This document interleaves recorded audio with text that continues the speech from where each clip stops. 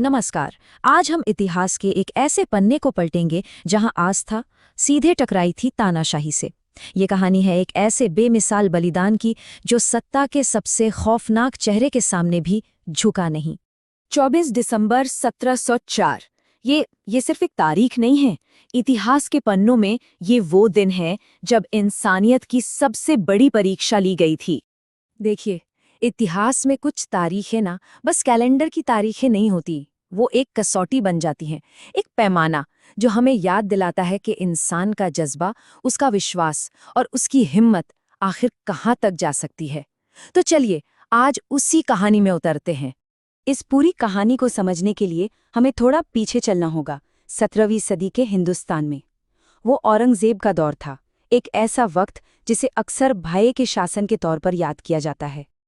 औरंगजेब की नीतियां सिर्फ सियासी नहीं थीं, उनके पीछे थी एक गहरी धार्मिक कट्टरता।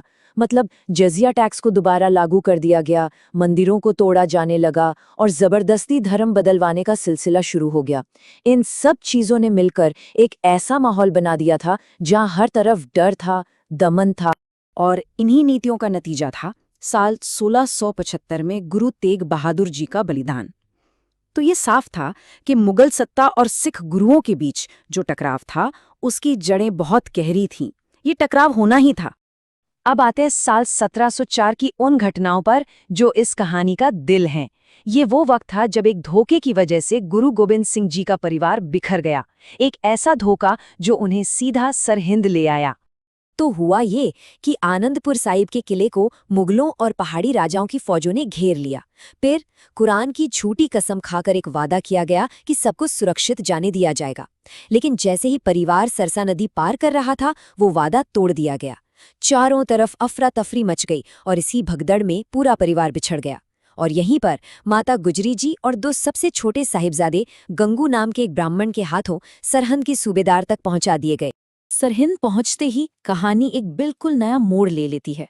अब ये सिर्फ एक जंग नहीं थी, बल्कि ये बन गई थी इरादों और आस्था की सबसे मुश्किल परीक्षा। जरा सोचिए, एक दादी और उनके दो छोटे छोटे पोतों को ठंडे बुर्ज में कैद कर दिया गया। दिसंबर की वो हाड़ कंपा देने वाली सर्दी, और उनके पास न कोई कंबल, न आग, न खाना। ये सिर्फ जिस्म को तकलीफ देना नहीं था, ये उनके हौसले को तोड़ने की एक साजिश थी। तो सवाल उठता है कि उन बच्चों में इतनी हिम्मत, इतना हौसला आया कहाँ से? इसका जवाब है उनकी दादी माता गुजरी जी के शब्दों में। उन्होंने ही अपने पुरखों की कहानियां सुनाकर, बलिदान का असली मतलब समझाकर उन बच्चों के इरादों को फौलाद जैसा बना दिया था। अब वजीर खान के दरबार का वो मंजर सोचिए, 6 और 9 साल के दो बच्चे, और उनके सामने एक सौदा रखा गया।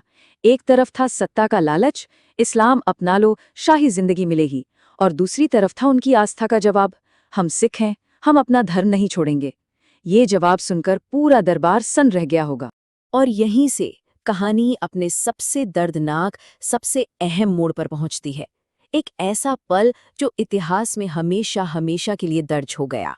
जब कोई लालच, कोई डर काम नहीं आया, तो सरहिंद के सूबेदार वजीर खान ने शायद इतिहास का सबसे वहशी हुक्म दिया। उसने कहा, इन्हें जिंदा दीवार में चुनवा दो। जैसे जैसे ईंट पर ईंट रखकर दीवार ऊपर उठ रही थी, उन बच्चों के चेहरे पर डर का कोई निशान नहीं था। सुकून था, और होठों पर बस एक ही नाम था, वाहेगुरु, वाहेगुरु। अपनी आखिरी सांस तक उन्होंने अपने विश्वास को नहीं छोड़ा। ये उनकी अटूट आस्था का सबसे बड़ा सबूत था।